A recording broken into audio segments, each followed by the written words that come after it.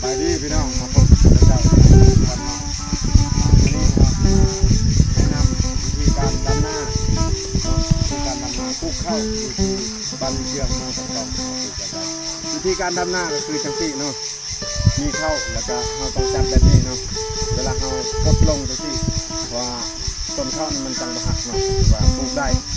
อันนี้ก็เป็นวิธีง่ายๆวิธีแถวบ้านเฮาเคยเฮ็ดจังซี่เนาะนี่คือผู้ที่เป็นตัวอย่างประมาณนี้แหละพี่น้องเอ้ยตอนนี้ทางเฮ็ดนาบ่ได้มีอย่างหลากหลายเนาะ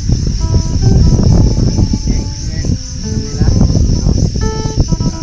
คือสิง่ายครับพี่น้องง่ายดีกว่าพี่น้องคิดว่าจะทำได้ดีกว่า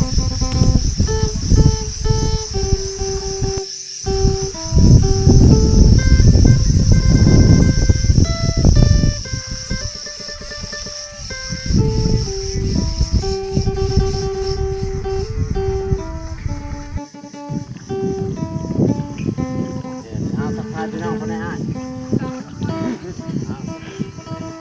อันนี้ก็อ้ายน้องกันซอยกันนั่นนี่แหละพี่น้องเอ้ยชีวิตแบบเรียบง่ายบ่มีหยังยากเนาะเฮ็ดแบบง่ายๆซอยกันอ้ายน้องซอยกันทำให้ดำหน้าเนาะ